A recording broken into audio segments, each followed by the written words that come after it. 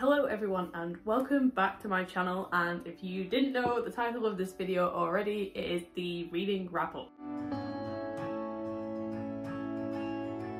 So I read 5 books last month, and the fact I read double that in January and probably triple that in December makes me upset. I am quite a slow reader, but if you watched the last video, I got a new job and that's sort of taken over my life at the moment. So let's just dive right in. The first book is the Ace of Spades. I did a whole video on this where I went on a blind book day. I thought it was good. I thought it was very gripping, but it was really hard to read just because the characters sort of don't get a break and there's no happy moments in it. It's a very, very dark book. I will give its praises as Devon, one of the main characters, has so much depth and has so much emotion, and it's just a fantastic character. I think he's just so well written. Like I said, this book is really gripping. Every chapter ends on like a cliffhanger, so you want to continue to read it. This was the shortest amount of time I've ever read a book. This is a 400-page book and I read it in like 2-3 days. Fastest time I've ever read a book like this, and so that's all you have to know about how good it is at keeping you hooked. It's a book based on systematic racism. It goes quite deeply into that. I have a whole video where I give my review on this book. I think I gave it 3.5 stars. Originally I gave it 4 stars, but I think there was just sort of some plot holes, and I think Shamanka's character could have been explored a little bit more. But apart from that, a solid book, a really solid book, and a really good start to the month as well. Book Talk may have lied to me when they told me about the Midnight Library, but holy hell did you not lie when it came to this book. Holy hell did you not lie when it came to Songs of Achilles. Holy shit, what a fantastic book. This was an instant 5 stars. Wow.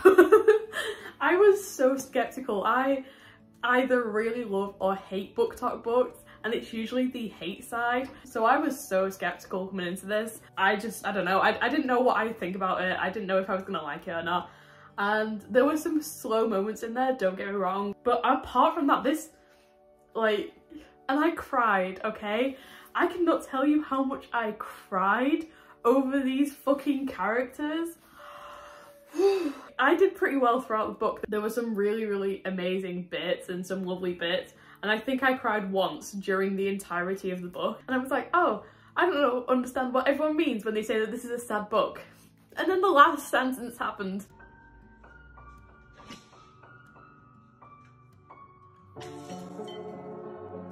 The last sentence happened. And I've not felt my heart since. This is one of my favourite books of all time. I know, okay? I know how it sounds, alright? I sound like every fucker else on here. But I could not sing the praises of this book enough. I might even do a book review on it yet, just because I think there's just so many amazing moments. The characters are just phenomenal. It's so, I'm gonna cry thinking about it. My cat has decided to come in. You okay? You having fun? But I can't, I think about this book all the time. The characters were phenomenal, the story amazing, the world building fantastic, and I'm always worried about Greek mythology, as I'm worried about that. I can't really follow along, or you've got to have a bit of background before walking into the book and a bit of an understanding, and I was fine with it. This book set me up perfectly, and I can't fault this book. It made me cry a lot, and to this day I still think about it. And I bought myself this secondhand, the 10-year anniversary edition. I want a paperback version that I can ruin now. I want to highlight everything. I want to go through it again, and I would like to read it 700 different times because I can't. It was a very good book, alright? And this made my entire February. The next book I read was Love and Other Natural Disasters. This is like a fake dating book. It was fine. I gave this 3 stars because it is a fine read. Please correct me if I'm saying the main character's name wrong, but it follows the main character, Nozomi, and it follows her as she goes to San Francisco for a summer break. She is interning at her brother's art museum, and while she's there she finds this most perfect girl, and she instantly is like, I need her. She is very, very gorgeous, and I want to be her girlfriend. We find out that this character is called Willow, and find out that she has just broken up with her girlfriend, and in an attempt to make her ex-girlfriend mad, Willow and Nozomi get together as fake couple, just to sort of to make people jealous. This is my first ever fake dating trope, but obviously the thing with fake dating is it's meant to end with the two main characters getting together, where this book didn't do that. Spoilers, but Willow gets back with her ex-girlfriend, and Nozomi dates Willow's ex-girlfriend's girlfriend. I'm connecting the dots. I've connected the two dots. You didn't connect shit, but I've connected them. So Willow's ex-girlfriend Arden gets with someone called Dayla. Dayla is currently spending all of her days inside the art museum that Nozomi works at. As she is building an installment, Nozomi realizes pretty quickly that she doesn't like Dayla. Dayla's very straight to the point. And I don't like Nozomi as the main character. I really think that there's a lot of things that Dayla does that she, for some reason, just hates everything that she does. Dayla's installment is basically like a wish maker, where you write down your wishes and you burn them, and then that is meant to help them come true. And they are sat together writing down these people's wishes. Dayla makes a comment saying, oh, some of these people chose like end world hunger, be more creative, and I thought that was funny.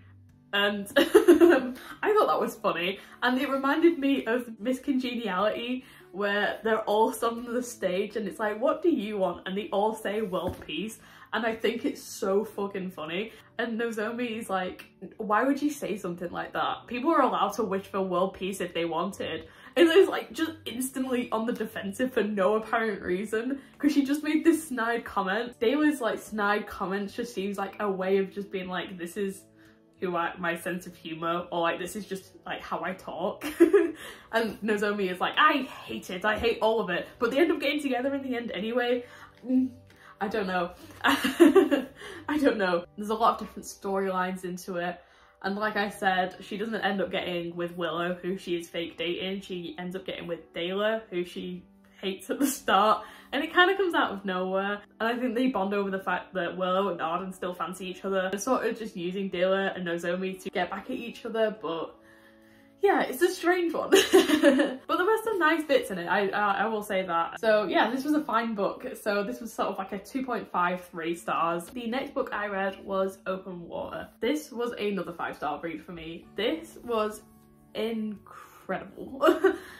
This story was absolutely just incredible, soul-wrenching. It was so deeply personal. I can't give the words to this book. It is a very, very short book, 134 pages. It is a novella basically. If you ever get the chance to come across this book, please, please, please just read this book. I'll read you the back of the book. Two people meet at a pub in southeast London. Both are black, British, both won scholarships to private schools where they struggle to belong. Both are now artists. He a photographer, she a dancer, trying to make their mark in a city that turns and celebrates and rejects them. Tentatively, tenderly, they fall in love, but two people who seem destined to be together can still be torn apart by fear and violence. This book is written like poetry. It is stunning. It's absolutely stunningly written.